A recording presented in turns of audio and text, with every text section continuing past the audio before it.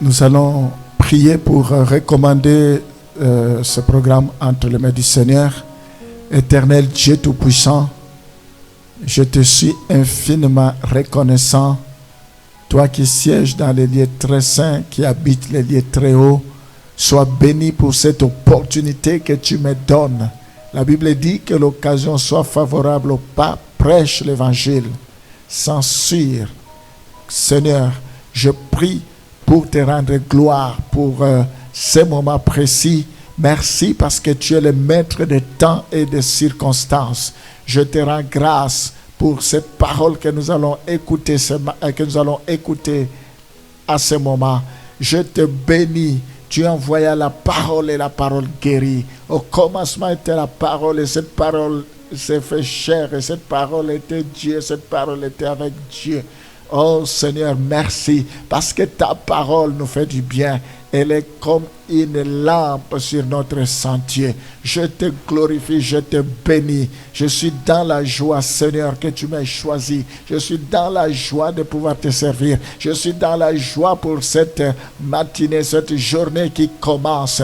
Oh Seigneur, sois béni. Il est écrit que tout ce qui respire loue l'Éternel. Je te bénis, Seigneur, parce que je respire. Ce sont des vivants qui louent l'Éternel. Ce ne sont pas des morts. Je te bénis parce que je suis vivant, parce que j'existe, parce que c'est toi qui donnes du sens à ma vie. Oh Seigneur, merci parce que tu m'aimes. La Bible dit Dieu a tant aimé le monde qu'il a donné son Fils unique, afin que quiconque croit en lui ne périsse point, mais ait la vie éternelle. Je te bénis pour la vie éternelle, Seigneur. Merci pour tes promesses qui me font du bien. Je te rends grâce pour la présence de tout un chacun qui m'écoute ce matin, qui me suit ce matin, qui sont fidèles à ces programmes. Je te rends grâce parce que l'avenir de ces programmes entre tes mains. Je te bénis, Seigneur, pour les âmes qui sont sauvées, des âmes qui sont restaurées, des âmes qui sont édifiées. Je te bénis, Seigneur. Parce que la lettre tue, mais l'esprit vivifie. Ils n'ont pas besoin de philosophie. Ils n'ont pas besoin des hérésies. Ils n'ont pas besoin, Seigneur, de beaux discours. Mais ils ont besoin de la démonstration de la puissance, de paroles qui transforment. Je demande que cela soit accompagné par de miracles de conversion, que cela soit accompagné par toutes sortes de miracles pour ta gloire, Seigneur. Sois béni à jamais. Reçois la gloire au nom de Jésus. Nous t'avons ainsi prié. Amen. Je bénis le Seigneur pour ce rendez-vous divin. Que Dieu vous bénisse, vous tous qui êtes fidèles à ce programme. Vous avez la possibilité de nous suivre sur Facebook comme vous le faites. Vous pouvez également nous suivre sur YouTube, mais aussi nous serons dans la joie de vous rencontrer. Vous pouvez nous suivre parce que nous avons une adresse. Nous sommes du ministère évangélique La Trompette, 281 rue du Faubourg des Postes à Lille. Donc vous pouvez nous rencontrer à cette adresse. Nous sommes là tous les dimanches. Nous passons des moments merveilleux, célébrons l'Éternel. Nous commençons à 10h jusqu'à 12h jusqu'à midi, où nous célébrons l'Éternel avec nos super groupes qui de temps en temps nous jouent du gospel. Que Dieu le bénisse. Donc vous avez la journée de lundi à partir de 19h pour l'intercession. Nous prions pour nous-mêmes. C'est là que nous menons le combat spirituel. Nous prions également pour nos familles. Nous prions pour ce pays. Nous prions pour tout ce qui nous tient à cœur. Donc, ça sera bien que vous puissiez vous joindre à nous pour que nous puissions lever nos mains et chercher la face de Dieu. C'est vraiment important, la prière, parce que la Bible nous dit, je cherche un homme qui peut se tenir à la brèche, qui intercède en faveur. Voilà, nous passons des moments merveilleux. Nous avons la journée de jeudi, mais jeudi, ça se passe sur YouTube, ce sont des enseignements. Et nous avons la journée de dimanche, comme je l'ai déjà dit. Si nous obéissons au péché, si nous obéissons au maître qui nous a assujettis, nous devenons esclaves du péché. Soit on obéit à Dieu, soit on obéit à Satan, soit on est esclave de Satan en commettant le péché, soit on est esclave de Dieu en vivant la justice. Vous voulez être esclave de qui? Je te conseillerais d'être esclave de Jésus-Christ. Oui, nous sommes ses esclaves. Peut-être ce mot-là, c'est un peu fort, parce que avec tout ce que cela a été utilisé dans le mauvais sens. Mais ici, on est esclave de Jésus-Christ. Paul dit qu'il est même prisonnier de Christ. Il dit, je suis même esclave. Nous sommes des simples serviteurs, des simples esclaves. Quel que soit ce que nous pouvons faire, même si nous crachons du feu, même si le Seigneur nous utilise puissamment, même s'il y a des paralytiques qui marchent, il y a des aveugles qui recouvrent la vie, il y a des sourds qui entendent, nous devons savoir que nous sommes des esclaves. Nous, du Seigneur, nous devons savoir que nous serons récompensés. Nous devons savoir que la gloire seule revient au Seigneur. Les apôtres, après avoir prêché, ils ont vu la main de Dieu, ils ont vu comment le diable était criblé comme un froment. Ils ont vu comment Dieu a confirmé leurs paroles par des signes, des prodiges et des miracles. Ils voulaient s'en réjouir. C'est un sentiment naturel de voir, waouh, comment Dieu fait de grandes choses avec nous. Mais tout de suite, il les a recadrés, il les a ramenés à l'ordre.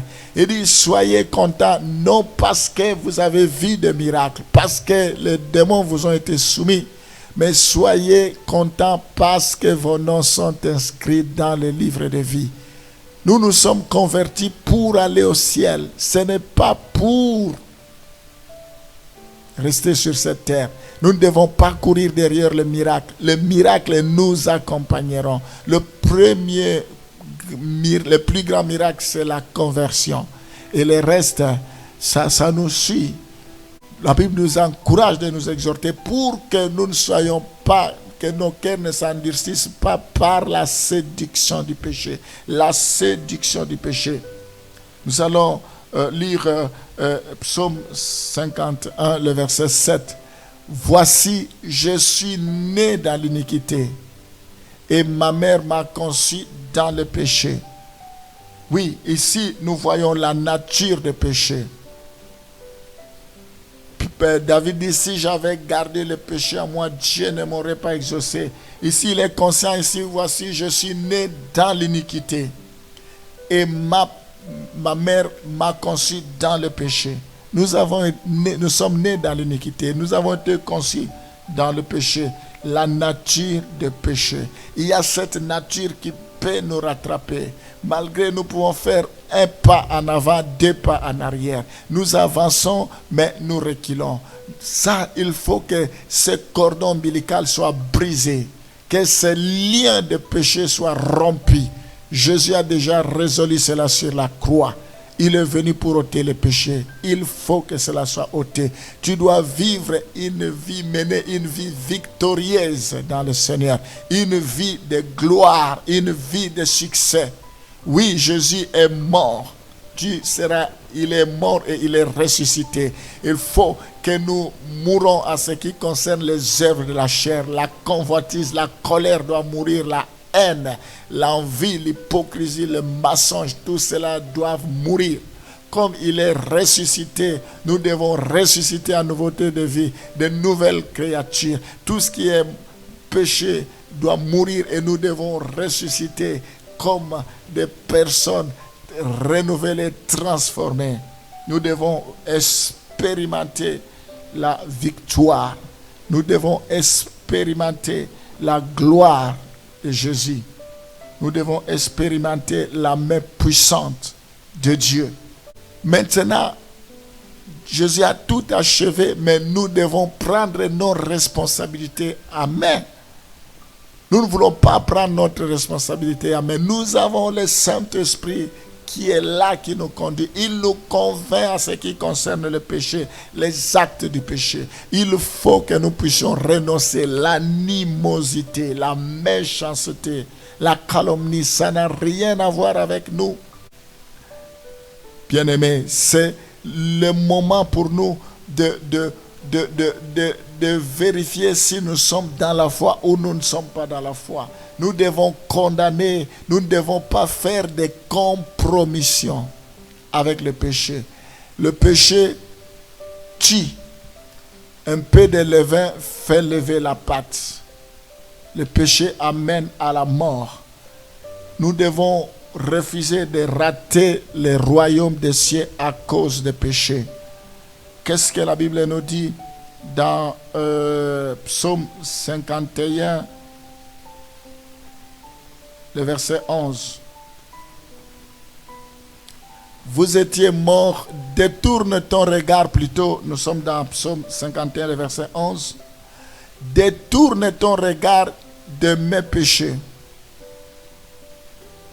Détourne ton regard de mes péchés, efface toutes mes iniquités.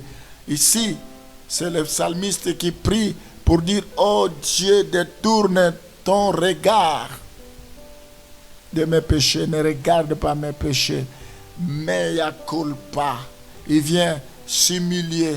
Il vient implorer la grâce. La Bible dit: là où le péché abonde, la grâce surabonde. Il dit: efface toutes mes iniquités. Il dit pas efface quelques péchés, quelques iniquités tout simplement. Loin de là, mais il dit: toutes mes iniquités. Efface toutes mes iniquités. Dieu veut effacer toutes nos iniquités. Celui qui a dit ne volez pas, c'est celui qui a dit ne dérobez pas. Autant le vol est péché, autant l'acte de dérober aussi c'est un péché. Nous devons tout, mais absolument tout abandonner. J'aimerais attirer votre attention par ce passage en évoquant des choses très importantes.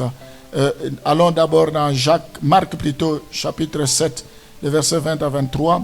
Et après on lira Galates 5, le verset 19 à 21. Nous allons d'abord dans Galates, Marc chapitre 7, le verset 20 à 23. Il dit encore: ce qui sort de l'homme, c'est ce qui suit l'homme. Car c'est du dedans, c'est du cœur des hommes que sortent les mauvaises pensées, les adultères, les impudicités, le meurtre, le vol, la cupidité, la méchanceté, la fraude, les dérèglements, le regard envié, la calomnie, l'orgueil, la folie. Toutes ces choses mauvaises sortent du dedans et suivent l'homme. Voilà, nous devons nous séparer de ces choses. C'est ce qui sort de l'homme qui suit, ce n'est pas ce qui entre. Si à nous il y a tous ces actes, nous devons nous séparer, nous en débarrasser. Nous devons demander le secours de Dieu. Nous devons demander la faveur de Dieu. Nous devons demander la grâce de Dieu. Nous devons implorer la faveur de Dieu. Seigneur, nous prions maintenant pour le remède au péché. C'est toi le remède avec le sang de Jésus. Ce que tu as accompli sur la croix. Voilà pourquoi nous voulons applaudir, Seigneur, à cause de applaudir ce que tu as fait, Seigneur. Depuis très longtemps, le diable a exploité l'ignorance, notre ignorance, pour nous dire que nous sommes des pécheurs, des pauvres pécheurs. Tout le temps, il veut nous culpabiliser. Non, nous avons compris que Une seule fois tu as souffert pour nous. Une seule fois que tu nous as amenés à la rédemption éternelle. Une seule fois que tu nous as amenés à la rémission. N'est-ce pas, ta parole déclare que le pardon et la rémission des péchés sera prêché en ton nom. Le nom de Jésus, c'est un nom qui délivre. C'est un nom qui sauve, qui guérit. C'est un nom qui sanctifie. C'est toi notre avocat auprès du Père. J'invoque ce nom. Il est écrit, quiconque invoquera le nom du Seigneur sera sauvé. Opère le miracle, délivre de l'emprise du péché. Que quiconque invoquera ton nom, tous ceux qui invoquent ton nom à ce moment, qu'il expérimente la puissance de Dieu, qu'il expérimente la main de Dieu, qu'il expérimente, oh Seigneur, alléluia. Et rakamana santa rabashi, rikamana santa rabababa. Le nom de Jésus, agis Seigneur, agis, manifeste-toi. Oh, nous voulons confirmer et affirmer que nous sommes plus que vainqueurs, que tu as résolu ce problème de péché depuis la croix. Nous voulons en être les bénéficiaires. Nous voulons nous réjouir, Seigneur, de ce que tu as fait. Sois loué, sois béni, sois glorifié. Je suis entièrement content, Seigneur, pour la délivrance que tu nous accordes, pour la rédemption. Voilà pourquoi il est vrai, quand tu dis sans toi nous ne pouvons rien, ce n'est ni par la force ni par la puissance, mais c'est par ton esprit, dit l'Éternel. Sois béni à jamais, sois glorifié. Je te rends grâce pour tout ce que tu as affranchi. Ceux qui ne te connaissent pas encore, révèle toi encore, parce que tu ne fais exception des personnes. Tu n'es pas venu seulement pour un groupe, mais tu es venu pour tout le monde, pas seulement pour une catégorie de personnes, pour quelques personnes non plus, mais tu es venu pour tout le monde. Seigneur, sois béni, sois glorifié à jamais. Révèle-toi, tu uses de patience pour que tous arrivent à la repentance. Fais grâce à chacun de tes enfants. Je le bénis, je bénis la journée d'aujourd'hui. Je prie, Seigneur, pour que cette parole puisse influencer, impacter leur vie. Que cette parole, Seigneur, puisse opérer de grandes choses, puisse les délivrer des jougs, de péché, des condamnations de la culpabilité, des condamnations des accusations du diable. Au nom de Jésus, au nom de Jésus, au nom de Jésus, sois béni à jamais. Nous t'avons ainsi prié. Amen.